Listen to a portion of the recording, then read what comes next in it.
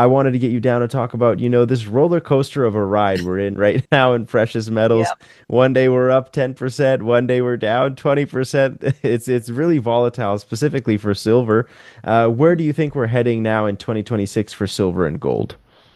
Well, actually, I don't know that we will conclude this in 2026, but I think that the trend that started a year ago in January, with the shift from the paper markets dictating to the physical price discovery to the physical markets dictating price discovery. That's the trend because what we're seeing right now with this extreme level of volatility are the paper markets breaking down. Hmm. So yeah, that's going to continue. hmm Now, before we were speaking a little bit on before we started recording was, the differences between the spot price that you Mhm. see when you Google online, what's the price of silver and what's the price of gold, to the physical markets to the paper contracts. Why is there this big distortion online when you look at the price of silver and then you see the price of physical silver in Shanghai and across the world, and they're so different. The spread is different. Mhm. What's going on there?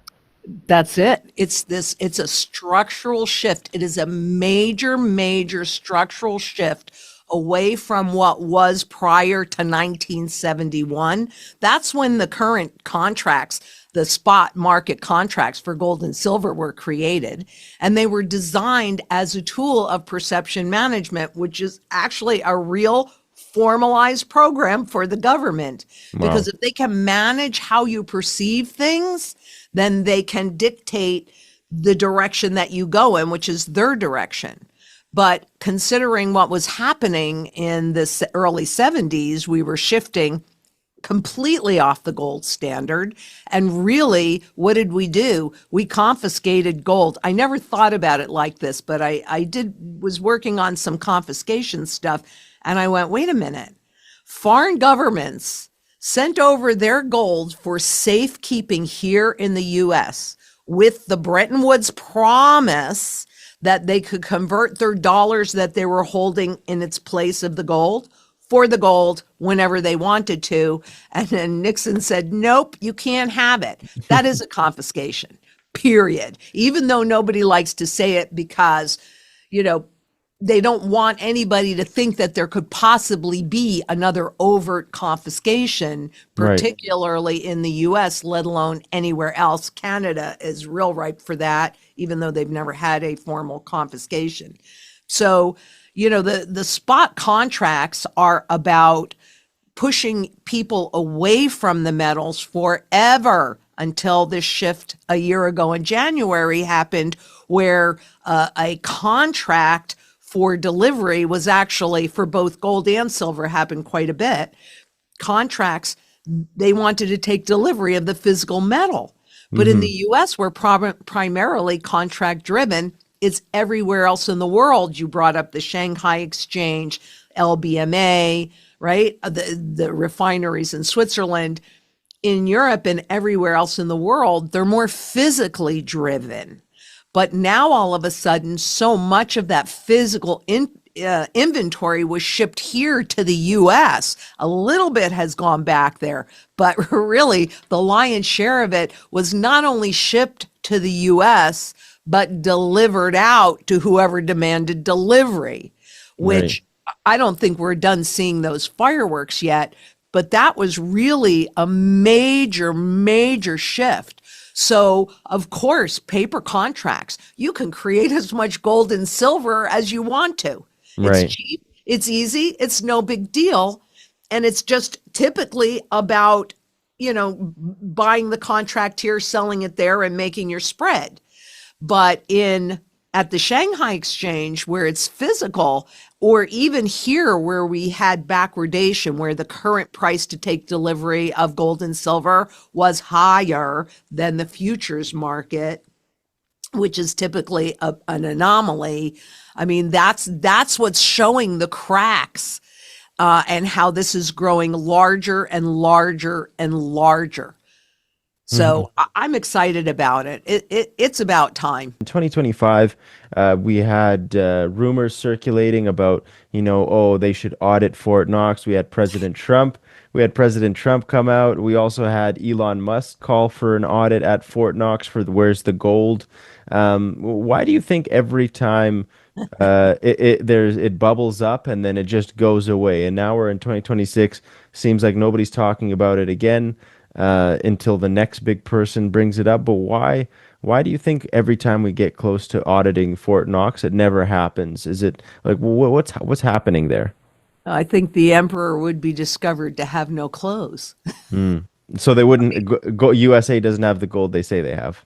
I think that's true. And what I was saying when they were even talking about the audit is, okay, they could have, so my guess is they don't have a room full of gold bars, right? Hmm. But they could even have that room full of gold bars. What I wanted to see was the ownership string. Because if you look on the chart of, and really understanding that, again, going back even to the spot market, the goal was to keep people away from sound money. So Hmm. sound money, physical gold, physical silver, these are metals that are above central banks, and people don't necessarily understand what that is.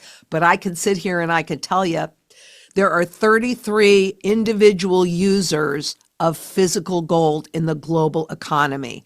There Right. are 36 physical users of physical silver in the global economy. Wow. That's way bigger than any one government or one central bank. They can't control it, Right. nor have they been able to duplicate the properties that are found in gold and silver. This is the only money that was not created by man, right? Right. Right. So it's sound money, and they don't want you to have it because then they can't evaporate or inflate your wealth away like this $10 trillion Zimbabwe note. So I'm a trillionaire, but I can't buy anything with it. We just get blinded by numbers. And so all of this volatility that we're now seeing, an expansion bridge. And it looks solid and it works really well, except that there's a little crack in it. And then that crack keeps growing and growing and growing. Right. So I think what you're seeing is that the smart money is accumulating the physical. Absolutely. And the debt levels are insane. We've known it for a very long time that, they keep printing money. They're never going to stop printing money. That's how they keep the machine and the circus going. But Trump in 2025, like a few months ago, he talked about how he wants to increase military spending to 1.5 trillion. The debt servicing on the debt right now is north of $1 trillion. And I know I've talked with the guests about this before, is how is this sustainable? It's not sustainable. But once you get to those levels of like $1.5 trillion for military spending, where does it end, Lynette? It ends in a hyperinflationary depression. I'm sorry, Ivan. I wish I could say something different, but then maybe I don't wish I could say something different Right. because what we're looking at on ever so many levels are zombie governments, zombie corporations, and zombie consumers. Mm-hmm. I had someone on my live yesterday tell me how great the credit system is and how, with gold, you just can't expand that much, but how fabulous this is. Well, we have a major K-shaped economy where you just have like the one percenters or the few that are doing great. But the masses that can't even figure out how to feed their families, they need to take out loans for four easy payments, Right. right? I mean, what is that? Affordability matters again? And, Right. yeah, it does. And do valuations matter again? Yeah, they do. And how about we get back a level playing field? We aren't going to do it in a credit system, period, because the credit system is designed to favor the few against the many. And inflation is designed to get you and I to work for less and less and less without realizing it, so that instead we can't pay attention. These were their words, not mine. if people have to work harder to maintain their standard of living, they have less time to pay attention to what we're doing. That was the government and the central banks saying this. Yeah. Corporations wanted to pay you less. I mean, this whole thing with government and corporations being in bed together, they always have been. Yeah. That's why a credit system benefits those few that have access to the credit and access to the new money when it has the highest level of purchasing power. And then after that, by the time you and I get it, it has a lot less, but it still has more purchasing power at that moment in time than it ever will again. And that's by design. And Yeah. I ask everybody, why is that okay with you? Because in the US, it's so clear we are working for Federal Reserve notes. The Federal Reserve is a private corporation and the note is a debt instrument. Why are you okay working with corporate debt that they are destroying whatever value is in there? Why Right. is that okay? It's not okay with me. So, Lynette, I want to talk to you as well about, a lot of people are talking about, I've had a guest on recently, and they're talking about selling their silver and selling their gold and how we should be we should be taking profits right now, and they don't think it's going to go higher from here. And they are also like heavy in the precious metal industry for a long time. I have Yeah. had people like, and I don't want to name names, but they're pretty big names. They're Yeah. saying start selling your silver at around 100 and 120, and they're doing the same. What's your advice on that when you trade precious metals for paper money? Well, you can see my head going like about exploding if you want to know the truth. Right. And really, what it boils down to is you remember, Ivan, I've studied currencies and currency life cycles since 1987. I do not think about sound money as a trade, I think about it as insurance. And look, my insurance for my health insurance has gotten very, very, very expensive. I ain't selling it because you need it in case of an emergency. And what is happening with this volatility and the rise in the precious metals on the spot contracts, it's telling you that this bridge, like we were saying, this bridge is breaking down. You want to get rid of your lifeboat? Oh, yeah, that makes a whole lot of sense. Right. So I know some of the people that you're referring to, and they're frequently the same people that used to poo-poo me when I was talking about the collectible markets. And Right. now, yeah, sell your silver because gold and silver is a trade. No, don't sell your gold and silver. I'm very sorry. There are people I do have a level of respect for, but they do not understand what we're going through right now, period.